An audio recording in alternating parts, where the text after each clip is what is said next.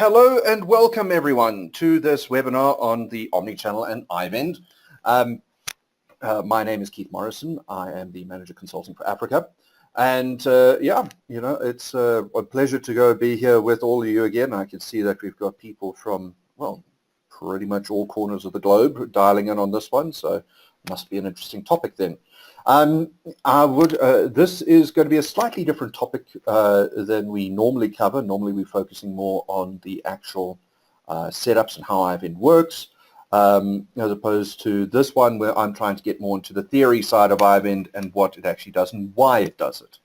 And this is actually something, and with that we can actually start to look a bit more at exactly how and where retail's going. Now, your usual rules apply. If you have a question, please type it into the chat box and I will answer it as soon as possible. Questions are welcomed. I don't particularly, right there, if you have a question, please ask it, and please don't wait until the end. I prefer to know about them as soon as possible. That way I can actually deal with them when we are on the actual slide, as opposed to having to go back later on. So, without much more of that, let's move on to the next slide. So, just a fairly shallow agenda today. The Omnichannel, what is the Omnichannel? Then also the pillars of the Omnichannel, which is stock and loyalty, and how iVend goes and fits together with it.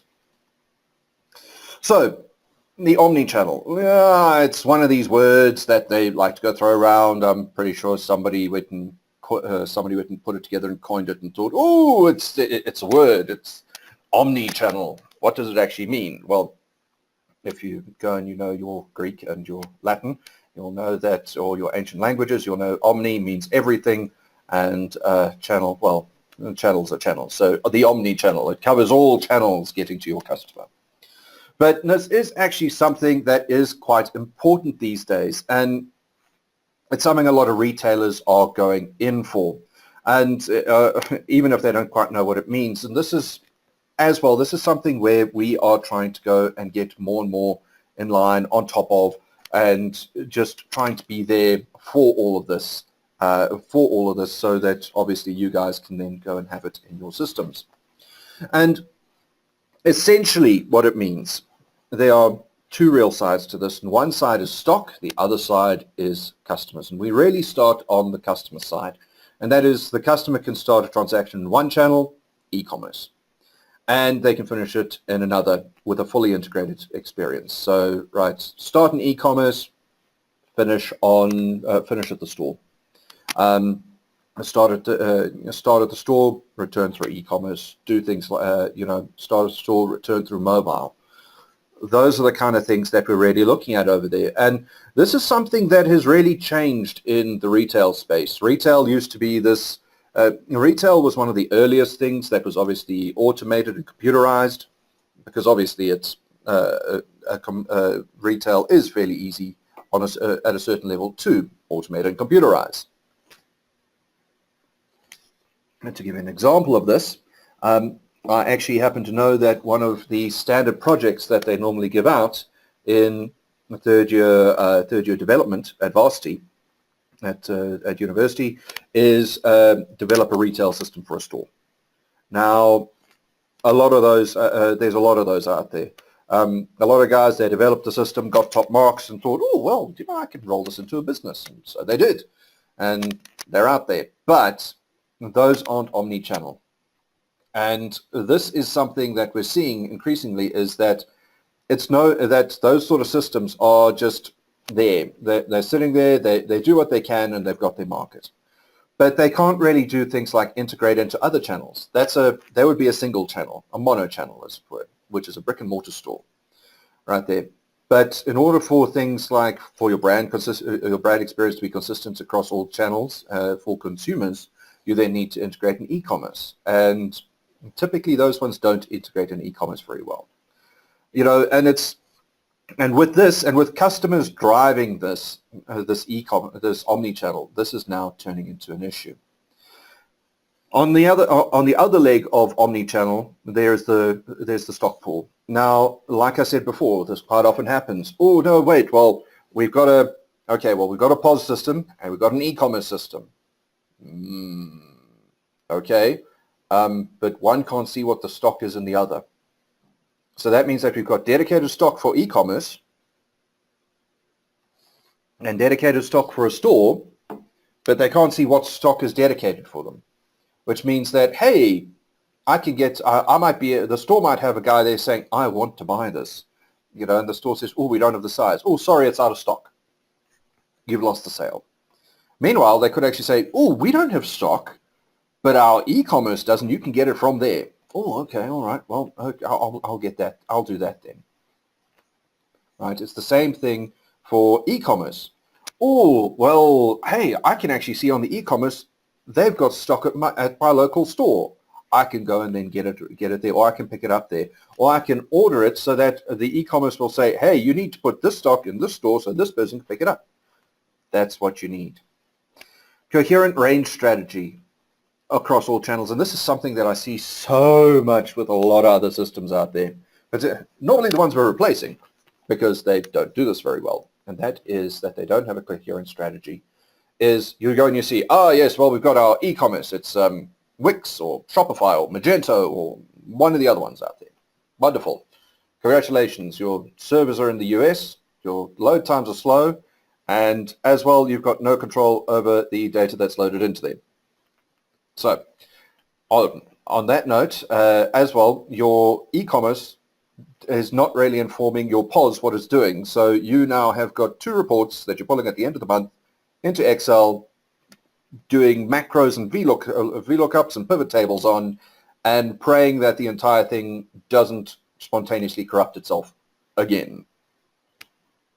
Rather, with Omnichannel, with the Omnichannel system, you're pulling from one channel, you're pulling from the other channel, and getting a complete view. Aha! E-commerce. They're looking at these items, but I'm selling more of them at the store. Ah, so I can use what they're doing in e-commerce to inform my store purchasing. That is a coherent range strategy across multiple channels. And it in fact leads on to my next point, which is data from one channel informs processes in the other channels. So, hey, we can go see that in the shopping carts on the e-commerce, there's a lot of, people have put a lot of Xbox stuff in there. Okay, right, well, what about in the stores? Oh no, we're selling out Xboxes in the stores. Oh, okay, right, so we can see that one is informing the other. That is then a part of a coherent strategy again. And so that means that as well, you're recognizing the customer at every point, and you're bringing together the customer with what he wants, at the time he wants, at the price he wants. And so a person never actually really has to think of the purchasing process as a schlep. The last thing anyone wants to do these days is to go and grind through a purchasing process. And you'll see I've got some statistics a bit later on that will actually show you. We've done a bit of research, and we know that people today, they don't want to wait around. They want their stuff and they want it now. And if you don't have it, then they'll go somewhere else to get it. Finally, your customer-facing staff can see the omnichannel. They can see where it's coming from, see where it's going, see what's happening. With that, it means that people aren't then caught by surprise going, well, we just sold that one. Sorry, we didn't realize that it was for you. We thought it was for somebody else. No, right there, that no longer flies. Please remember, guys, that with influencers today, if one person has a bad experience at a store, on average, they tell 10 people, oh, no, don't go there. I had a bad experience at that store. No, the staff was shocking. Shocking, I tell you. Absolutely hideous. Never go back. Right there, that person has just told 10 other people, and those 10 people go, ooh, well, we're not going there. And they will then in turn tell, on average, another 10 people that they have now gone and that you had a bad experience there. So one person having a bad experience has given a negative perception to up to if your math is done correctly, 1,100 people. So that is one bad experience does that. On the other hand, a good experience, if a person has a good experience, unless they're a real crusader for you, well, then they'll just tell 3 people. and those 3 people will not really tell anybody else unless there's consistent good experiences. Then it tends to magnify, but that's the way these things work. So customer-facing staff need access to this. Good relations with your customers is what it's no longer something that is out of the way or is unusual. It's expected. Oops, sorry, I've touched something.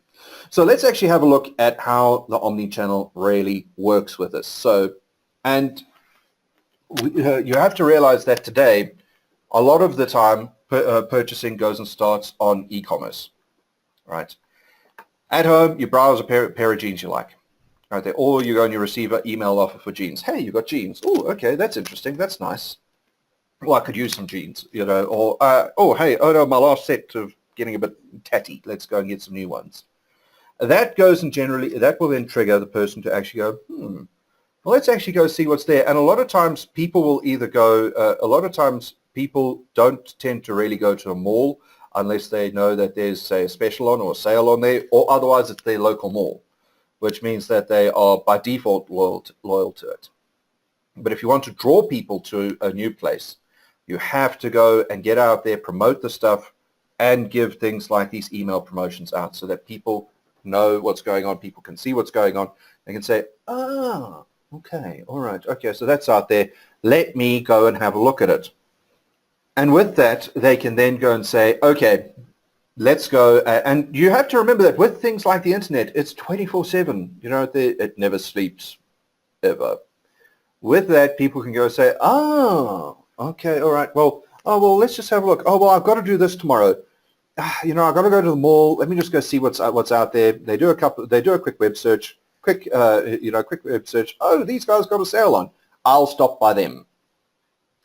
From there, you can then say, oh, well, they've got an app. Let's go see, do they have my size in store? And this is vital, and you need this out there today, because if a guy goes and says, oh, do they have my size in the store near me? And the app says no, or it's not available, and all of a sudden the guy says, you know, I don't want to spend my time to go and do this and get nothing. Right there. I want surety. I don't want probability.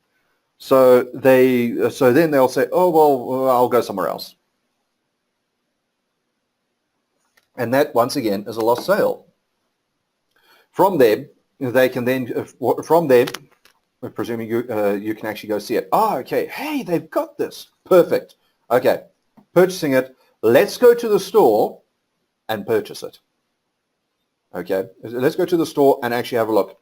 Personalized shopping experience. You actually have that there. You have you feel, hey, these guys know me. And to be honest, it's actually a return to the way retail used to be.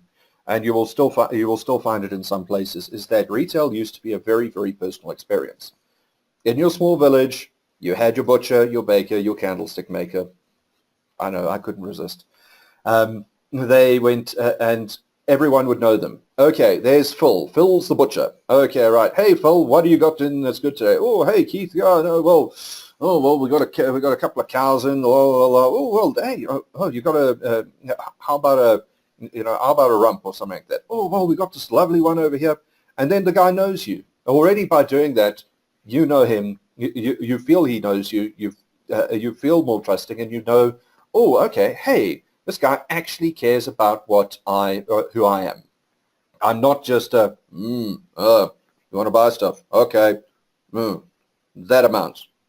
I'm going to get it, no discount. Okay, I don't really like you either. Moving on. You know, so that is really once again, moving back. Once again, people want to be known. People want to be special. People want to see that they are there in the actual, that they are part of the shopping experience, and that they are a valuable customer. And remember, the customer is the entire reason that the shop is there, right there. It's the reason that we do business. It's not because a lot of times people don't want to do business, right there, just because they have to, right there. The entire reason that we're there is to sell to customers. So they're the entire reason. Once you're there at the store, the store associate can then recognize you, brings you your jeans. You can then go say, does this actually fit? Oh, well, let's have a look, sir. Okay, well, this doesn't fit. Okay, right, well, oh, that's not bad. Okay, let's try these on. And they fit. Oh, hang on, let's try a size up or a size down, or, oh, hang on, wait, this is one of these weird sizes from somewhere that doesn't match up to normal. Okay, let's change it out. And particularly with things like online shopping of clothes, it's a huge problem. It's a huge problem. It's a huge obstacle that is stopping a lot of people buying things like clothes online because sizes are not consistent. So once again, personalized shopping experience means that you are that much closer to actually going and purchasing. And please look over here. We've already shifted from two channels. We've already shifted not from just two channels. We've shifted through. Let's have a look. We've got email, one channel, right? Browse for a pair of jeans, e-commerce, another channel. Right there, check location on mobile, another channel. Right there, store, another channel. So we've already gone through 4 channels over here in the space of what actually looks like a very normal purchasing process. Next up, you have you can then go say, oh, well, yes, I came here for jeans, but that shirt's pretty cool. Well, let's try that on. Okay. Another channel assisted through the mobile POS. Okay, yes, well, no, we can go add that. We can add that onto your sale. That's no problem, right? Comes back over here. Store doesn't have your size. We can have it delivered to you. That's another channel. Home delivery. Finally, shirts delivered next day to home with integrated fulfillment options. So we've basically gone through. Let's have a look. 1, 2, 3, 4. We'll call that 5 and. Single view of inventory, that's another one, and then over here. So 7 steps over here, 7 channels, and that's part of the omni-channel process. And this over here, I think I can honestly say, is not, while it is a bit more detailed than some shopping is, don't get me wrong, there's still places for impulse buyers out there, but this over here is certainly a fairly normal purchasing process. Right, so, and with this, we have got some stats. Ooh, numbers, yay. Okay, so, all right. And this one over here, I love some of these stats that come up. Yes, 91.4% of shoppers. Yeah, okay, right. We do a lot of this. We do get a lot of information about this. And yes, it does boil down to 91.4. But yeah, in this particular case, this one's actually rather interesting, is that most people will research their products online before making purchases in a brick and mortar store. There's no pressure. And yeah, the reason for this, there's no pressure. There's no salesman. Oh, excuse me, sir, you're going to buy that? Can I help you? Have you tried this? Have you done that? You know, the guy's sitting there saying, thank you, I'm just browsing. And then the salesman wanders away. And when you're actually ready to go purchase something, the salesman's nowhere to be found. That's the entire thing. The customer wants that ability to go say, hey, I've made my decision, I want to buy this. Or, hey, I've made my decision, I want to go somewhere else. They want to be, they want the power to go and say yes or no, not be pressured. High pressure sales tactics like they used to, like a lot of places use, or a lot of places try and use, or a lot of places want to do, turn people off so badly that that if you do high pressure tactics, they will never go back to you.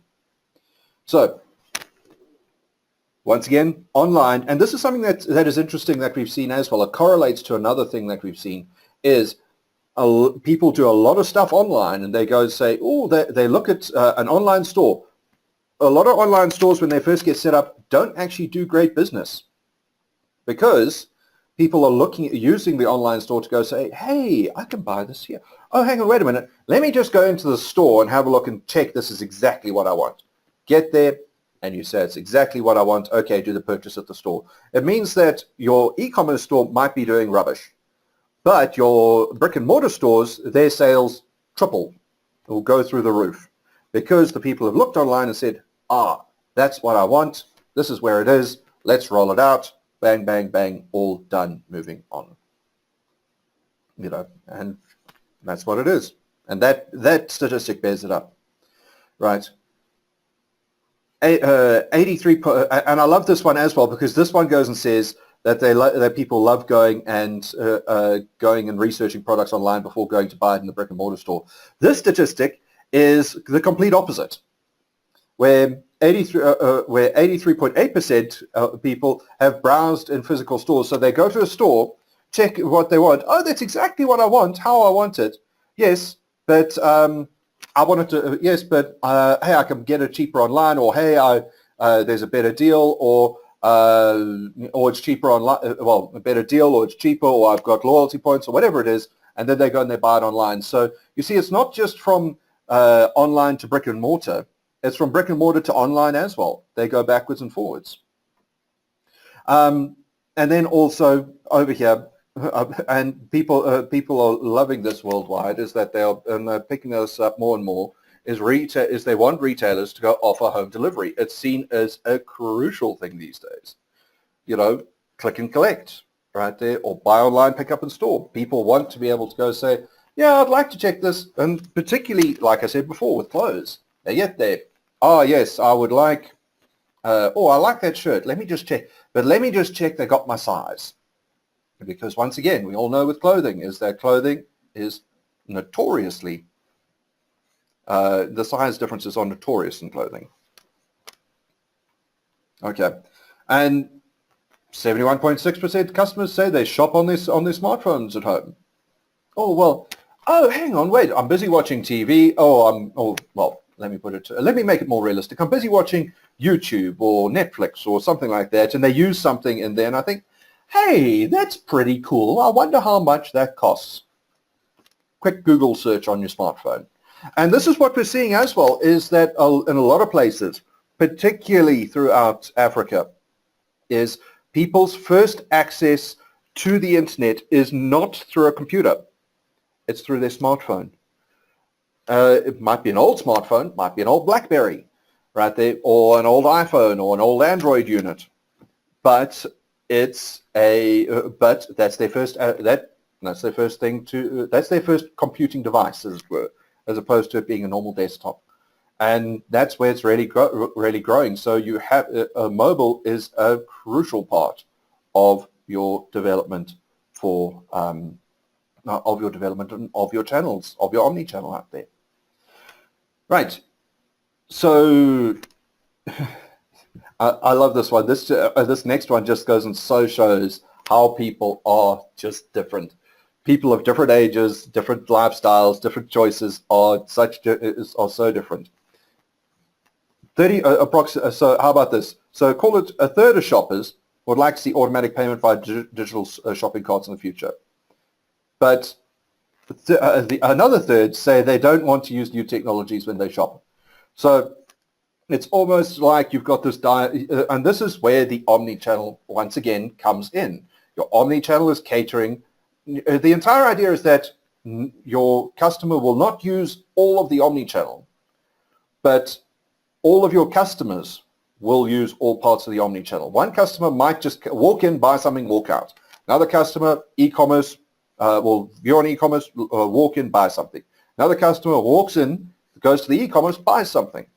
It's about giving the customer options and not making them feel they're boxed in, because the minute they feel boxed in, customers are extremely wary of this these days. They feel that people don't like it. They don't want to feel, oh, I'm forced to do it this way. Well, it was always done this way. That's the way we're always going to do it. Is an unacceptable answer these days for retailers. People need to have the options to go and purchase things how they want it. And what's more, people expect to have the options. They don't just want the options, they expect to have the options. Here we go, 68.2% right there have responded to an ad made through social media. And this is, once again, social media is so crucial these days.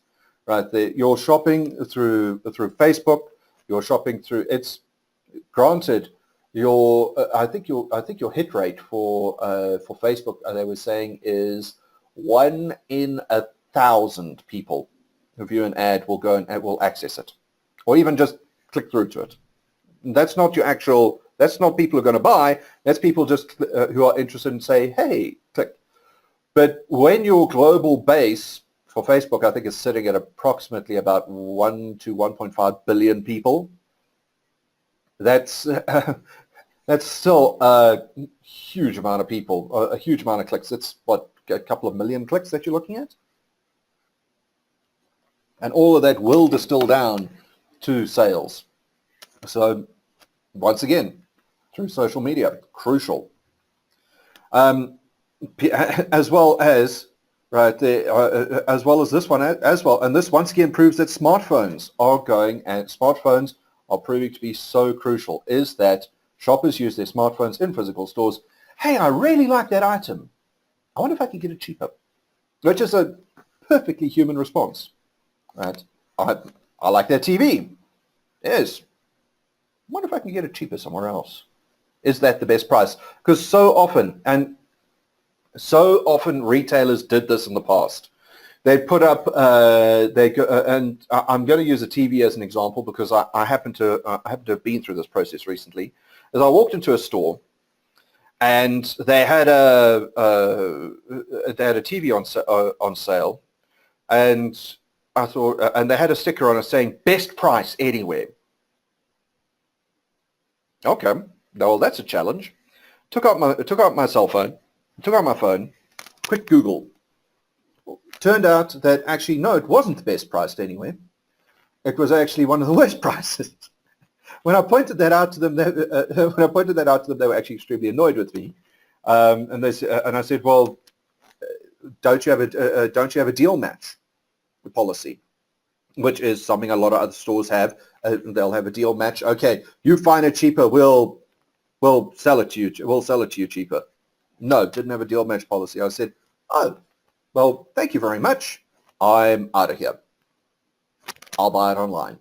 I'll go somewhere. I will take my business wherever I want. And you have to remember that with that cell phone, that's the thing about cell phones, is that with a cell phone, your sale is 30 seconds away on a cell phone. This is a big problem in brick and mortar stores, and it's shown over here by this percentage, 83.8%, is if a person doesn't like what you're doing to them in store, they can turn around and buy more or less the same item online through their cell phone in 30 seconds to a minute. So once again, more reason to get that omni-channel going, as well as having that central view of the customer, so you can say, hey, you're a loyal customer, you're this, we like you, we believe in you. At which point people more often than not are actually willing to pay more. So beyond that, reasons that, and this is also one of them, reasons people have given for leaving a store empty-handed: inability to find what they're looking for. Once again, this is where the cell phone comes in. Cell phone, Google, I want a TV. Bang, do you want this deal? Do you want that deal? Do you want this? La la la la. Instantly there, and exactly what you want from wherever it is. Right there. Didn't have what I wanted. So often you walk into a store. Yes, I actually went into a similar trip. I was going to buy I wanted to buy what was it? It's a smart TV device, Roku, or a Roku, or a Quasi, or a Chromecast, one of those. And I walked into the store and I said, hi, you guys used to sell a Chromecast, didn't you? So I can go cast from my phone, from YouTube from my phone to my TV. And they said, oh, no, well, we don't have that. What do you mean you don't have that? You used to have that. Yeah, no, but then we sold out and we didn't have that. Oh, okay. Thank you very much. I'm out of here. Bye. Went online. Oh, my e-commerce, the one e-commerce store's got it. Click, I'll have it. And I got that at home. That store lost that sale so fast just because, oh, well, we didn't have what you wanted and we weren't really interested in getting you what you wanted. And right there, they just were obviously sitting there and waiting for payday to come past. And had they known who I was, oh, Mr. Morrison, oh, yes, no, well, we're so sorry. But we have an option for you. You know, have you looked at this? Have you looked at that? And I actually found out later that they did have a similar device.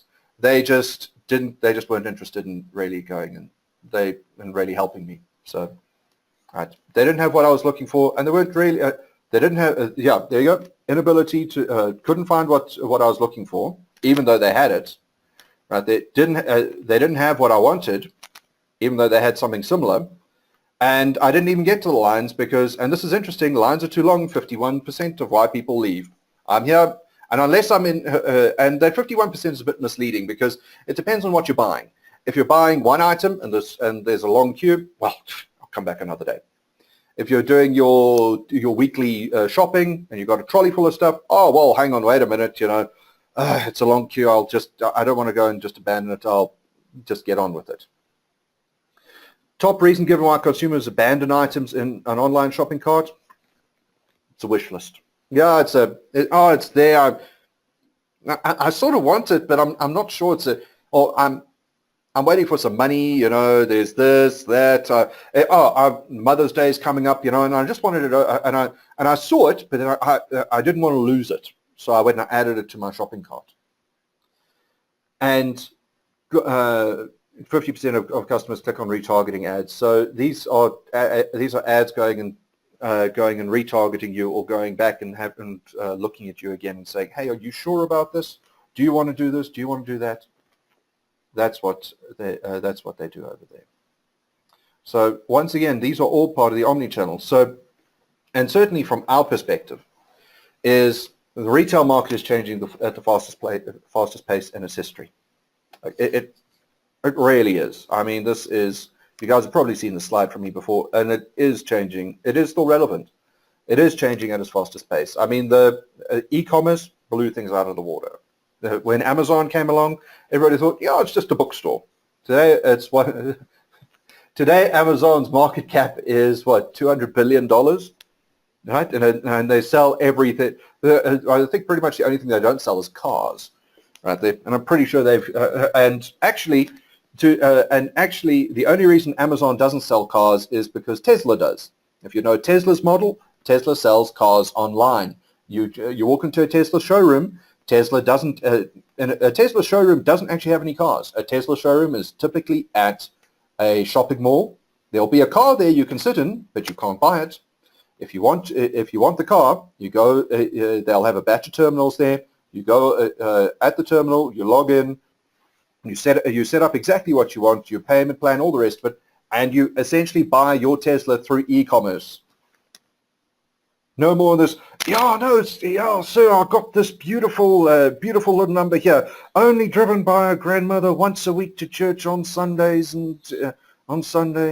right there, never been used, brand new, lost, only got genuine 80,000 kilometers on it, all the rest of that, and you look at this car and you think, oh my God, and you just know the second that you get something like that, the car has gone from being, well, it's probably okay, to, oh my God, this thing is going to be so riddled with whatever it is, there's a problem. I don't want it. That's the difference. That is the power truly shifting to the consumer. The consumer just turning around and saying, sorry, not interested. All right. And yes, it is very challenging. This is now truly challenging because retailers are going, but this always used to work. We made lots of money from it. We've done this. We built stores. We did that. Why are they no longer buying? And it is. And it's the reason they're no longer buying is because it's changed. Social media has changed. If you saw the backlash that happened for social media or how people were using data, I mean, it's something that is something that was actually trivial, right there, can actually blow up overnight to being overnight to actually being something that is the next phenomenon. There's actually a very famous example of this, where actually it's actually a thing called the dress, and you will see that if you can Google it or Wikipedia it. Wikipedia's got an article on it. It's about a dress that somebody was buying, and if you look at the dress under a certain light, it looks gold. It looks gold with white, and in other lights, it looks gold. It looks black with blue. And this caused such a sensation online that it was a bespoke dress, right there. That it took the retailer from being a little bespoke retailer to being a major player overnight. They had to go order in thousands more of it because everybody looked at it and they couldn't. And social media just took it and ran with it. And people almost fell over, and they couldn't believe it. And that is truly the power of the consumer these days. And if you can tap into it, you're a billionaire. as proven by half the amount there. And that means that we need the technology solutions more than ever before. And that is where iVend Retail is coming in. Once again, guys, this is more a theory webinar than anything else. So I'm going to it's going to be a bit light on the actual stuff in iVend itself, but I do want to go point out some of the things in the e-commerce, well, in iVend itself, specifically for the Omnichannel. Now, like I said earlier, and as we saw in my earlier slide, if I go back here, on my path to purchase, we hit 7 different paths over here to 7 different channels, right? And as we saw over here from the statistics, is that it's not just this path to purchase is a possible path. People can start here at the store and finish up on e-commerce. People can start at maybe just at the mobile POS and end up having it delivered. This means that people are quite literally bouncing around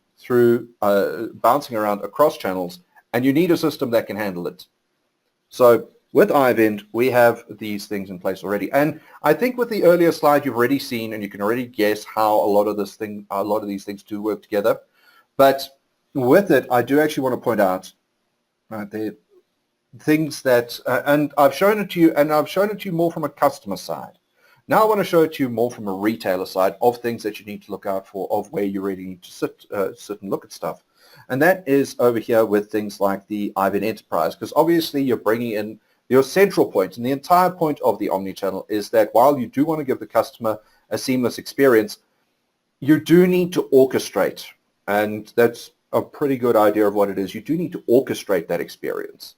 And it is like a conductor going and conducting an orchestra, because you have so many different channels. You know, the person can start over there and finish over there, but you need to be aware and you need to know, hey, this guy's starting out, hey, we're getting a lot of traction on e-commerce, but it's developing into the stores.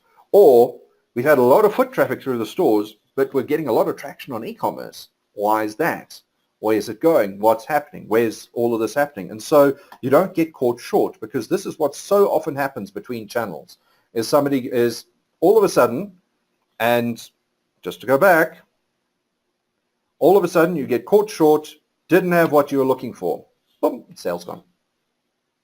Couldn't find what you're looking for, didn't have what I wanted. Boom, sales gone.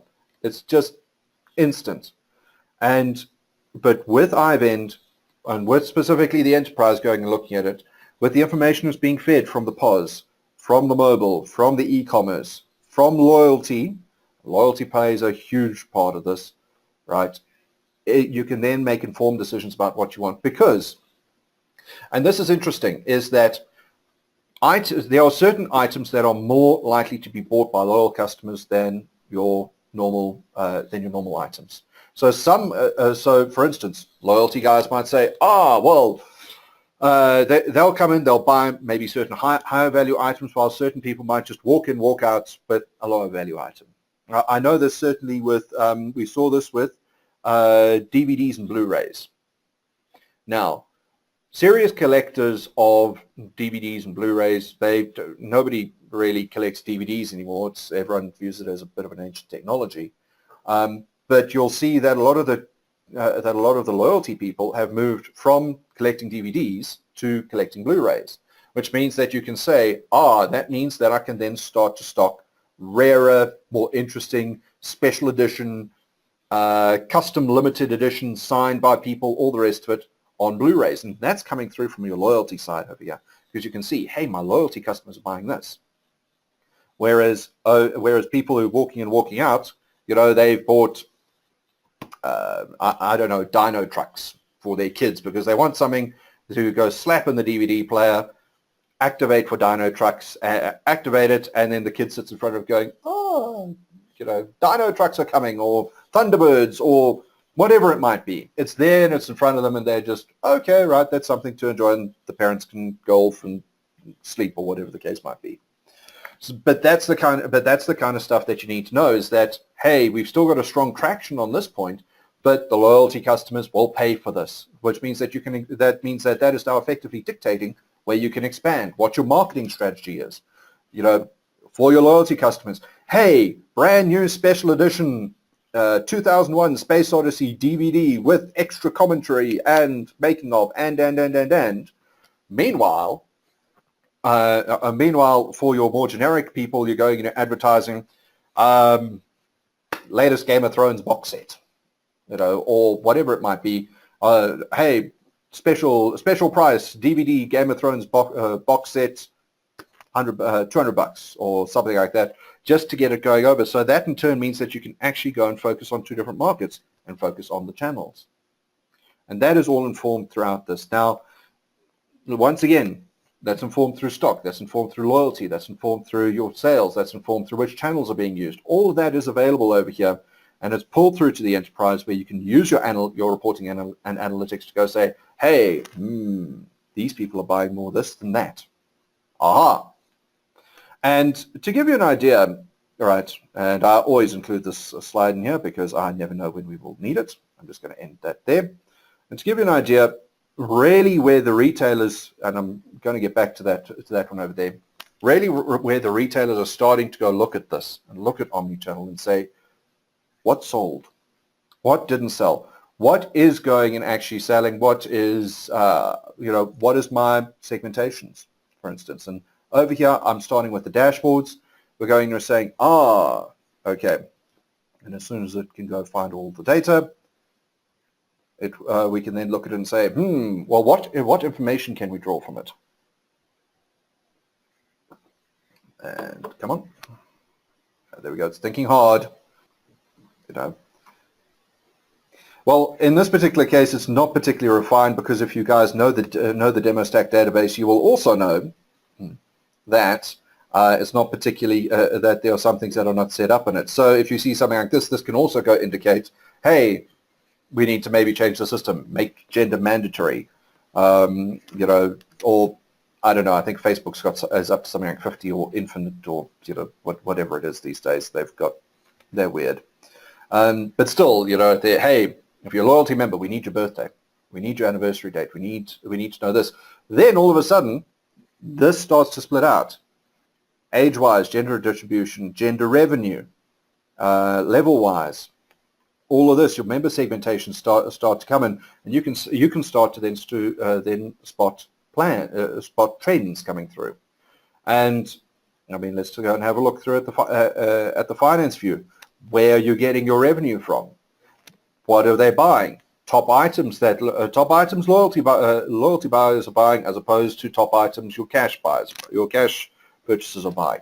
There's a difference between account customers and loyalty customers, or cash customers, or any of these customers. All these things integrate to each other. They all bring it across to each other. And this informs the omnichannel view.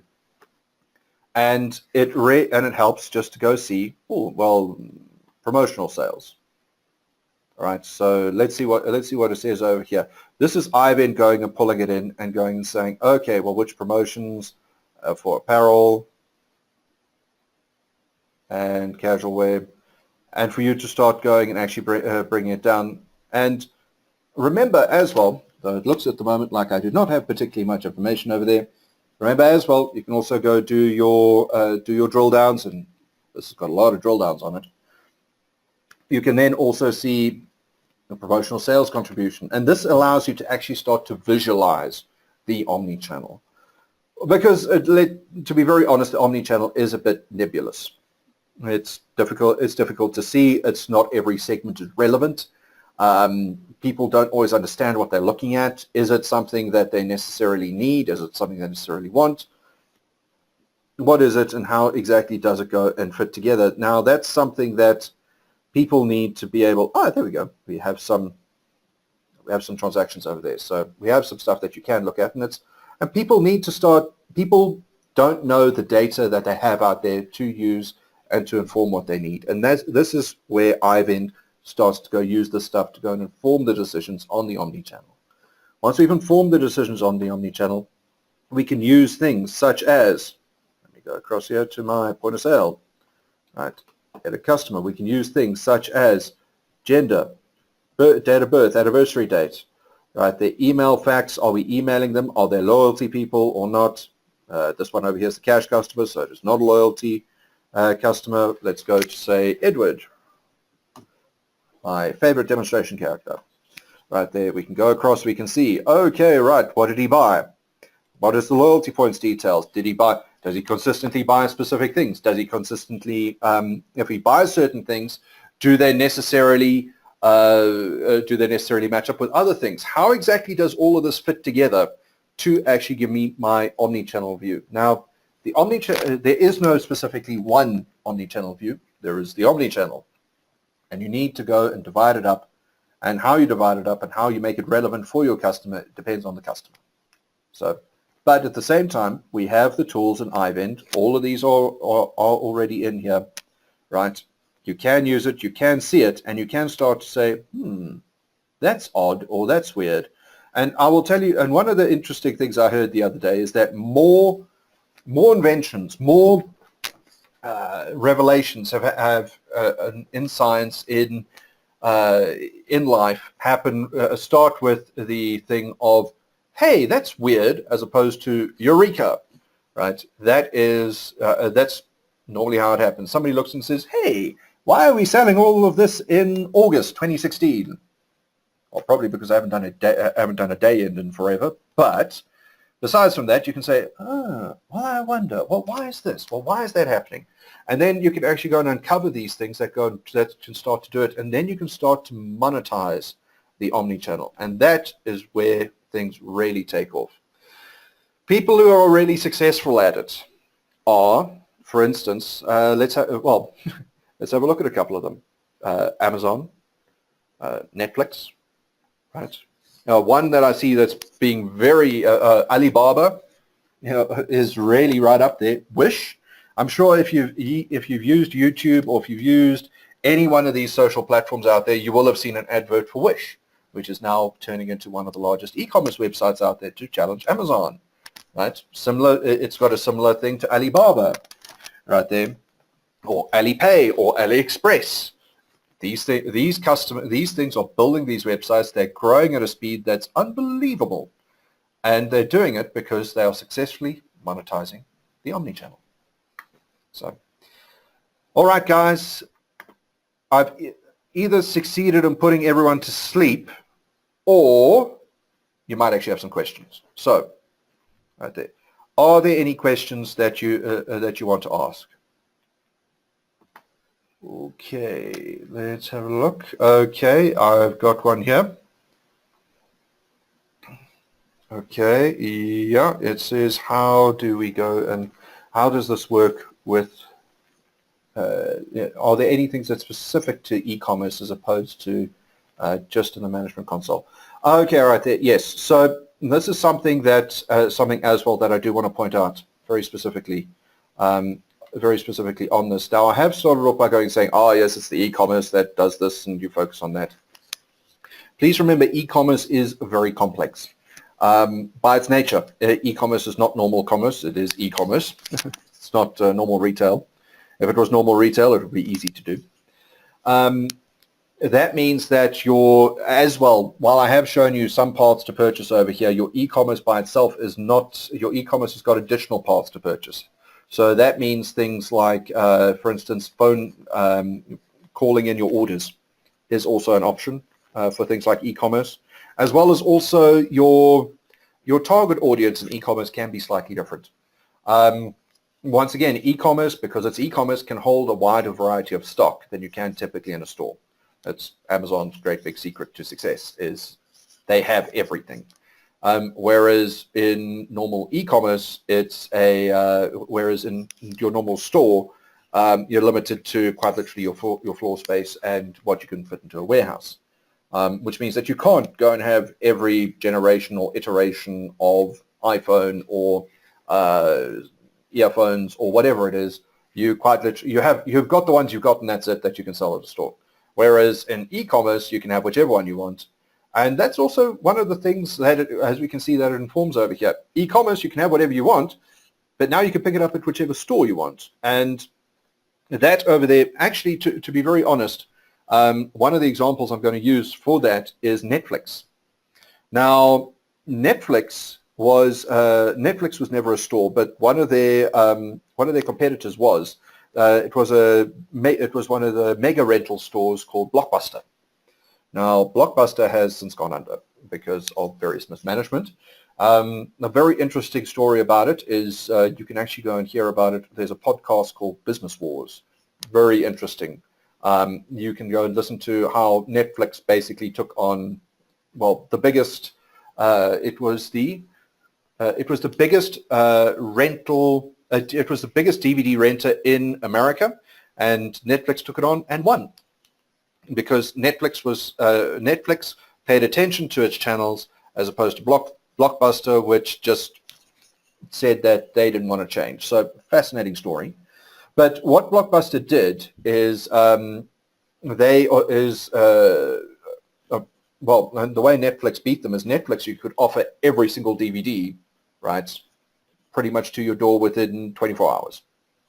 Whereas with Blockbuster, you were limited to the DVDs you had on site at Blockbuster.